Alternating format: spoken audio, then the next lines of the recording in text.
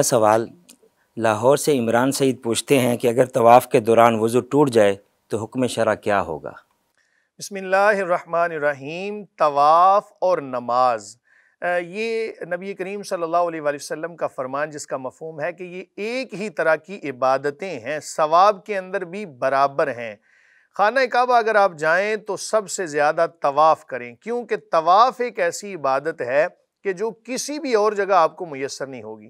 خانہ کعبہ آپ جائیں تو نوافل پڑھنے سے بہتر ہے کہ کثرت کے ساتھ طواف کریں۔ نوافل تو آپ یہاں پر بھی پڑھ سکتے ہیں، مدینہ شریف چلے جائیں وہاں پر بھی آپ نوافل پڑھ لیں گے، کسی جگہ پر بھی، لیکن طواف ایک ایسی عبادت ہے کہ جو آپ کو خانہ کعبہ کے علاوہ کہیں بھی میسر نہیں ہے۔ جس طرح نماز کے اندر احکامات ہیں، اسی طرح طواف کے اندر بھی احکامات ہیں۔ طواف کے لیے وضو کرنا آپ کو واجب ہے۔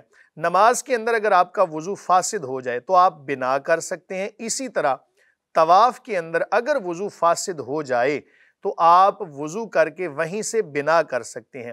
مثال کے طور پہ آپ نے 4 چکر مکمل کر لیے تھے، 5ویں چکر پہ جا کے آپ کا وضو فاسد ہوا تو آپ وضو کر کے واپس آ کے تو اسی جگہ سے اپنے اس چکر کو جاری رکھ سکتے ہیں۔ دیکھیں کتنی آسانی اللہ تعالیٰ نے عطا فرما دی کہ طواف اور نماز کو ایک ہی طرح کی عبادت قرار دیا ثواب کے لحاظ سے بھی، لیکن اس کے اندر ہم بات چیت بھی کر سکتے ہیں۔ نماز کے اندر بات چیت نہیں کر سکتے۔ حضور صلی اللہ علیہ وسلم فرماتے ہیں کہ طواف کے اندر اللہ تعالیٰ نے تمہیں آسانی عطا فرمائی، باتیں بھی کر سکتے ہو، لیکن نماز کے اندر بات نہیں کر سکتے۔ اگر 4 چکروں سے کم تھے پھر آپ کو اختیار ہے کہ آپ وہیں سے شروع کر لیں یا پہلے چکر سے آپ شروع کر لیں، لیکن اگر 4 سے زیادہ ہو گئے تھے تو پھر بہتر یہ ہے، اعلیٰ یہ ہے کہ آپ اس سے آگے جو ہے اپنے طواف کو جاری رکھیں، کیونکہ 4 چکر مکمل ہو چکے تھے، اکثر چکر ہو چکے تھے، یعنی آدھے سے زیادہ آپ عمل کر چکے تھے، تو وہیں سے آپ بنا کر لیں، یہ زیادہ بہتر ہے۔ مصطفیٰ یہ بتائیں، چوتھا چکر ابھی درمیان میں ہی تھا، تو درمیان سے ہی وہ چکر شروع کریں گے یا ابتدا سے؟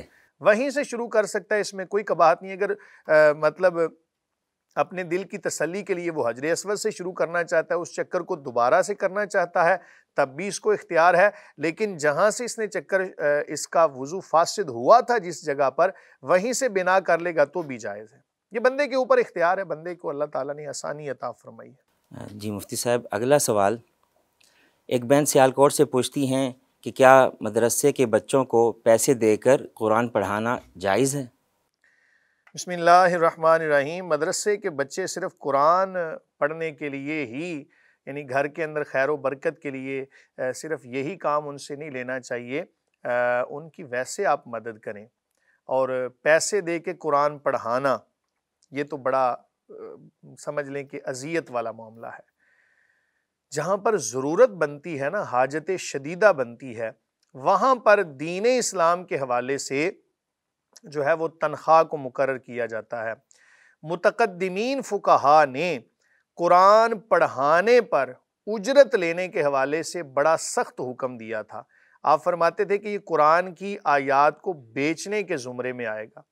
اب پھر کیا ہوا، وقت گزرنے کے ساتھ ساتھ یہ جو میں آپ کے سامنے بات عرض کر رہا ہوں، یہ رسم المفتی کے اندر علامہ ابن عابدین شامی علیہ رحمہ نے اس کو ذکر کیا ہے۔ متقدمین کے اقوال بھی اور متاخرین کے اقوال بھی آپ نے ذکر کیے ہیں۔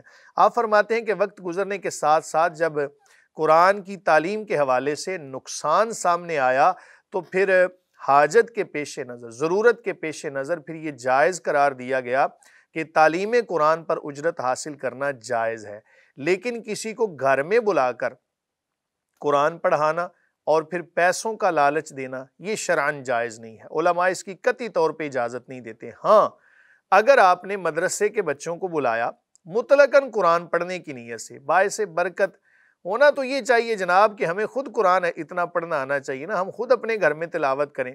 یہاں پر بھی آ کے اب ہمیں لوگوں کی ضرورت ہے، کوئی بندہ فوت ہو جائے تو جناب پھر چکر لگائے جاتے ہیں مدرسے کے، جناب ہمیں کچھ پڑھے ہوئے قرآن پاک دے دیں، بچوں کو بھیج دیں ہمارے گھر میں تلاوت کلام پاک کر دیں۔ ہم خود کیوں نہیں اس قابل بنے؟ ہم خود کیوں نہیں جناب وہ قرآن پڑھ سکتے؟ ہم جو خود اپنی طرف سے پڑھیں گے اس کے اندر کتنا درد ہوگا، کتنا احساس ہوگا، اور کتنی توجہ کے ساتھ ہم پڑھیں گے۔ اور اگر مدرسے سے بچے ہیں وہ تو ظاہر ہے کچھ نابالغ بچے ہوں گے، ناسمجھ بھی ہوں گے، ہو سکتا ہے وہ جناب پیسوں کے لالچ میں پڑیں، تو اس لیے اس سے بہرحال اجتناب کرنا ضروری ہے۔ تاہم اگر آپ نے اپنی طرف سے بچوں کو بطور ہدیہ کچھ دے دیا تو یہ شرعاً جائز ہوگا، لیکن اس سے بہرحال پرہیز کرنا زیادہ بہتر ہے۔ خود قرآن پڑھا کریں، اپنے گھر میں تلاوت کلام پاک کا معمول بنائیں۔ جی مفتی صاحب، اگلا سوال علی رضا خان پشاور سے پوچھتے ہیں کہ اکثر لوگوں کو نماز کے بعد جائے نماز کا کونا موڑتے دیکھا ہے، کیونکہ ان کا کہنا ہے کہ ایسا نہ کرنے سے شیطان نماز پڑھتا ہے، کیا یہ شرعاً درست ہے؟ بسم اللہ الرحمن الرحیم۔ اچھی بات ہے جی، اگر کوئی شیطان بھی اللہ کی عبادت کر لے گا، یہ میں نے از راہ مزاح کہا۔ یاد رکھیں کہ کسی بھی چیز کو یقین بنا لینا یہ غلط ہے۔ جائے نماز کا کونا موڑنا یہ ہمیں بڑا یاد ہوتا ہے، ہمیں یہ یاد نہیں ہوتا کہ ہم نے جناب دوسروں کو نماز پڑھنے کا بھی کہنا ہے۔ تو جائے نماز کھلی رہنے دیں، اس کو دیکھ کے ہو سکتا ہے کسی اور کو بھی ذوق اور شوق پیدا ہو جائے کہ وہ نماز پڑھ لے۔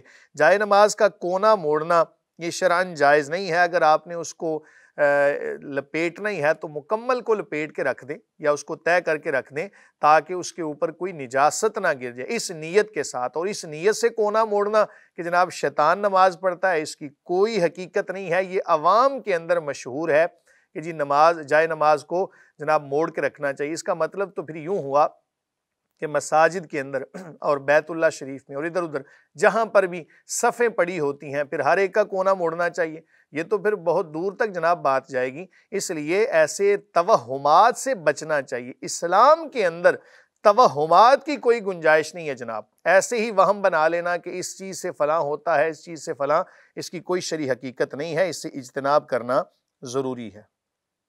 اگلا سوال ایک بہن خانیوال سے پوچھتی ہیں کہ اکثر بڑے بزرگ کہتے ہیں کہ شام کے وقت گھر میں لائٹیں آن کر دیں، بلکہ اگر اندھیرا ہو تو ڈانٹ بھی دیتے ہیں، کیا واقعی مغرب کے بعد گھر میں روشنیاں کرنے کی کوئی شرعی اہمیت ہے؟ بسم اللہ الرحمن الرحیم۔ ایسی روشنیاں کرنا کہ جو اسراف کے زمرے میں آئیں، بڑے بڑے بلب لگا دینا اور گھر کو روشن کرنا، یہ اسراف اور فضول خرچی کے زمرے میں آئے گا۔ ہاں، اگر آپ پورے گھر کو تھوڑا بہت روشن کرنا چاہتے ہیں تو گھر کے اندر چھوٹے بلب جن کو زیرو سائز کہتے ہیں یا انرجی سیور استعمال کریں، صرف اس وجہ سے کہ گھر کے اندر جناب کوئی بندہ وہاں پہ جائے تو کوئی نقصان سے بچ جائے، ایسی صورتحال کے اندر تو جائز ہے۔ لیکن اس کو جناب یقین بنا لینا کہ جس جگہ پر روشنی نہیں ہوگی وہاں پر جناب کوئی آفت آ سکتی ہے، کوئی جناب بلائیں نازل ہو سکتی ہیں، اس کی کوئی شرعی حقیقت نہیں ہے۔ اس سے اجتناب کرنا ضروری ہے۔ اپنے گھر کے اندر مناسب روشنی رکھیں اور ضرورت کے وقت اس کو استعمال کریں۔ آپ دیکھتے ہیں کہ اگر آپ اپنا قرآن مجید فرقان حمید کی تعلیمات، سنت نبوی صلی اللہ علیہ وآلہ وسلم، صحابہ کرام علیہم رضوان کے واقعات پڑھیں تو چراغ بند کرنے کا حکم ہے۔ اب وہ چراغ بند کرنا ظاہر ہے جب